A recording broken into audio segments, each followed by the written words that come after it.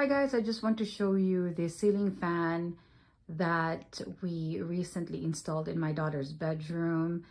My husband did it all on his own. Took him less than 30 minutes to put it up. He didn't even need any help with, holding the fan while he puts it together up there on the ceiling.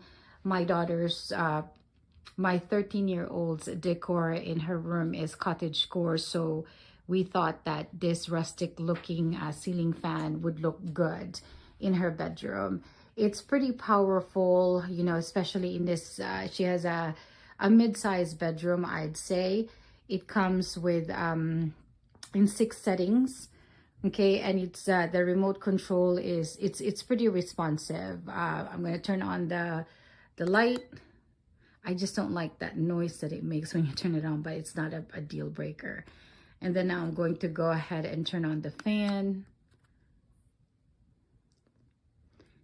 It is really effective even with the lowest setting to keep her room fairly cool.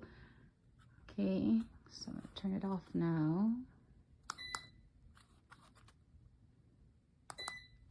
There you have it, folks. I just thought I'd let you know or show you a video of how this actually looks live, how easy it is to install, and it's worth it. Highly recommend.